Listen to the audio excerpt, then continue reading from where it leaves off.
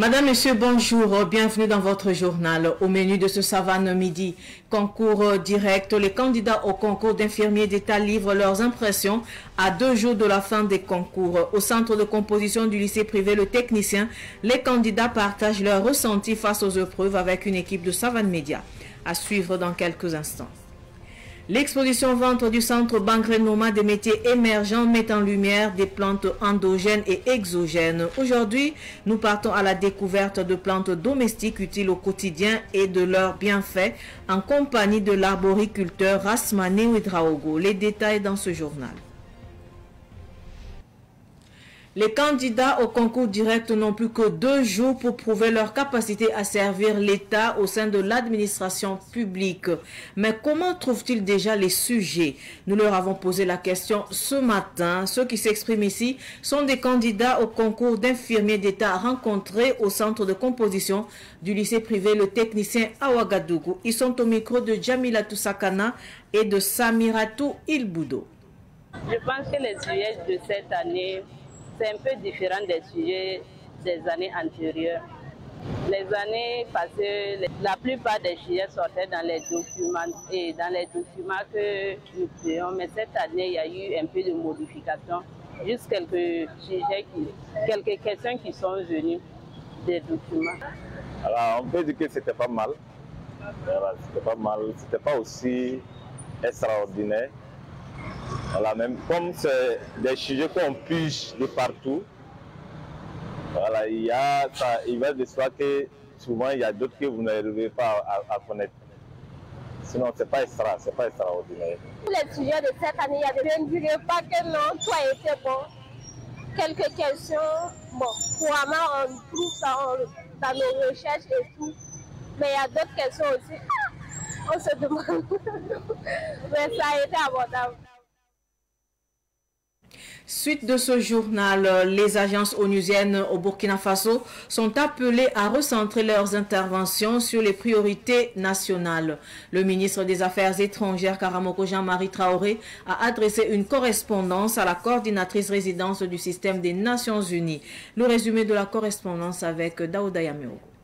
Dans un message adressé à la coordonnatrice résidente du système des Nations Unies, le ministre en charge des Affaires étrangères Karamogo Jean-Marie Traoré a salué les efforts conjoints engagés dans le cadre du programme UNIDE, plan d'action intérimaire des Nations Unies pour le développement. Mais le ministre a aussi exprimé certaines préoccupations concernant le recrutement et la gestion de l'expertise mobilisée par les agences onusiennes. Parmi les préoccupations soulevées, le recours à des experts internationaux sans consultation préalable des structures nationales, la faible implication de l'expertise locale malgré l'existence de compétences qualifiées, la suppression prioritaire des postes occupés par des Burkinabés en cas de restrictions budgétaires et l'absence d'évaluation conjointe du personnel international. Le ministre a également formulé plusieurs recommandations, notamment donner la priorité à l'expertise nationale,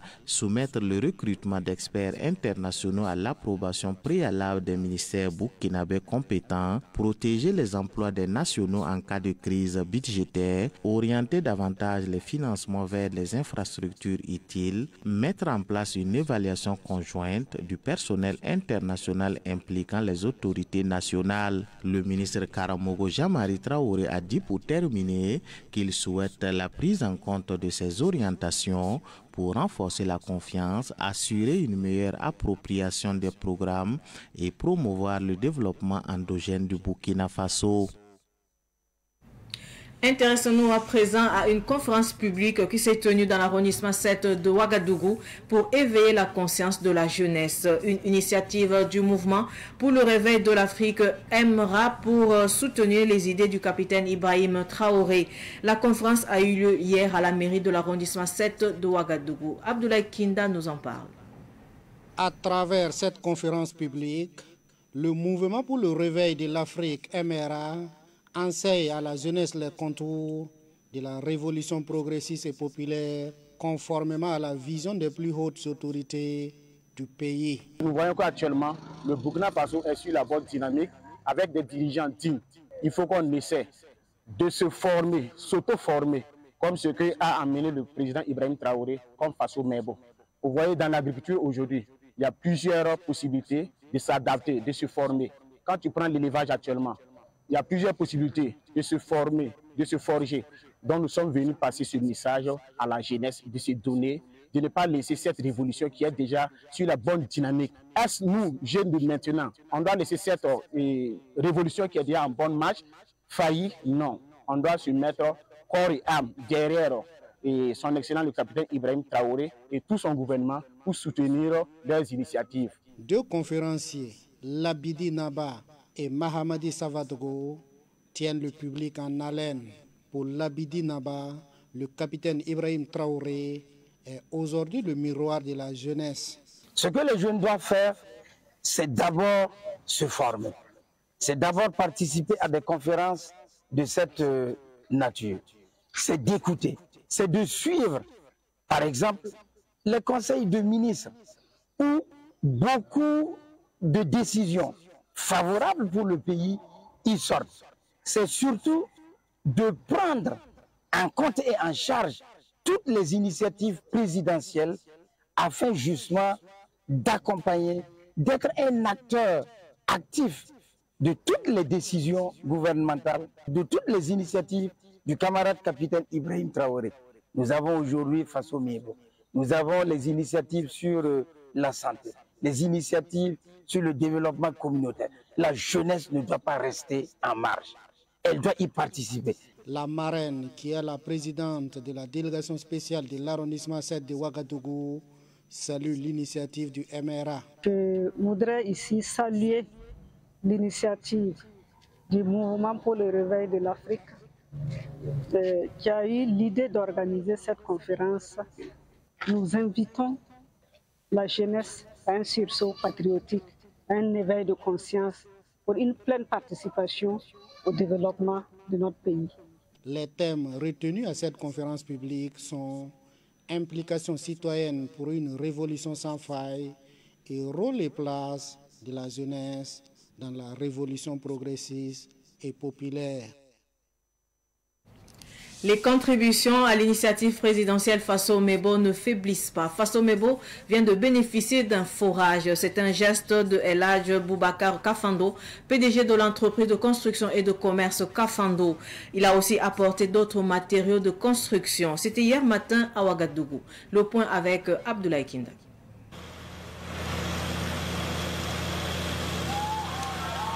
El Hadj Boubacar Kafando offre ici un forage à l'initiative présidentielle Faso Mebo pour accélérer la cadence des travaux. Sa propre entreprise, SCCKF, assure la tâche de perforation. En plus du forage, il apporte 50 pelles, 50 brouettes, 20 bidons d'huile pour paver et 20 tonnes de ciment. Nous sommes aujourd'hui à Faso Mebo pour soutenir l'initiative du président du Faso.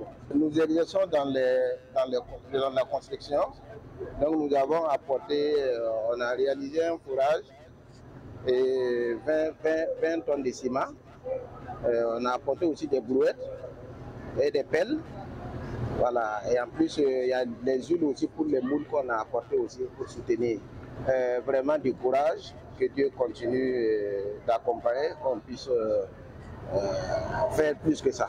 Il était accompagné de son frère Issouf Kafando, qui lui aussi apporte 20 tonnes de ciment. Nous avons apporté notre modeste contribution de 20 tonnes de ciment pour accompagner Faso Mebo. Le travail est salutaire. Nous prions Dieu que Dieu nous accompagne tous, tous les Burkinabés, à pouvoir main dans la main, pouvoir accompagner cette initiative. Avec ce forage, plus de coupures d'eau sur le site, affirme l'adjudant Jérôme Ouedraogo, responsable du site Faso Mebo au lycée Philippe Zenda. Le don est tellement, on ne peut pas apprécier, c'est énorme. Voilà, on remercie l'Aïd Kafando pour ce don. ça va nous servir beaucoup. Voilà, à partir de nous, on n'aura plus de problème d'eau. Et coupure par-ci, par-là, je pense que vraiment, on est satisfait. En tout cas, le Faso me vous remercie grandement pour le don. Vraiment, ça ne va pas rester. Dieu vous bénira au nom de... Les deux donateurs du zoo ont tous invité les Burkinabés à un sursaut patriotique dans le cadre de l'initiative Faso Mebo.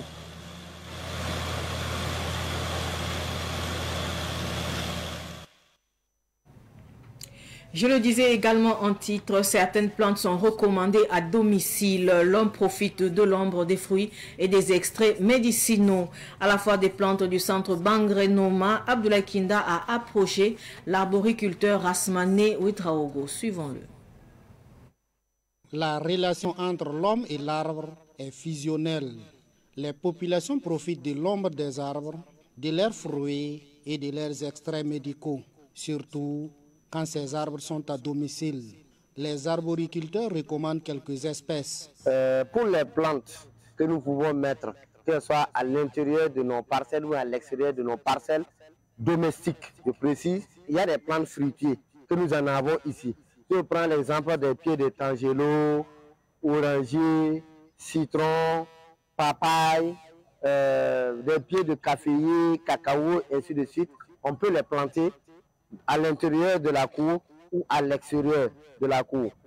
En plus de ça, des plantes, par exemple, qui ne sont pas des plantes fruitières, par exemple, on prend l'exemple des bombardiers, bombardiers lisses, bombardiers épineux.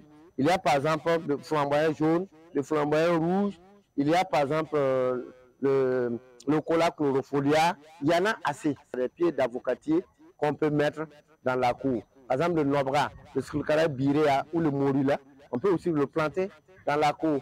Donc il y a plusieurs variétés ici. Il y a des pieds de coco aussi. Voilà. Tout cela, on peut les mettre à l'intérieur de la cour. En fonction de la culture et des traditions de chacun, certaines espèces sont conseillées hors de la cour familiale. Je pense que le fait que certaines personnes disent que le caïcédra, le baobab, et ainsi de suite, on ne peut pas les planter. Bon, je ne connais pas les différentes coutumes. Ce qui fait que je ne peux pas apprécier. Mais pour moi, peut-être c'est le volume de ces plants.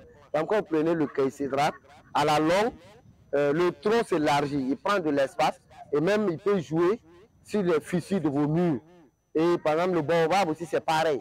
C'est un arbre qui grandit. Le néré, c'est pareil. Donc, vous le mettez à côté de votre mur ou bien à côté de votre maison. À la longue, il va déstabiliser votre maison. Peut-être pour moi, peut-être ce sont des informations que je pense qui peuvent amener les gens à penser que non, on peut mettre le caïcédra, le néré, le baobab, ainsi de suite. Ou bien le tamarinier dans la cour. Parce que tout simplement, nos espaces ici sont des espaces réduits.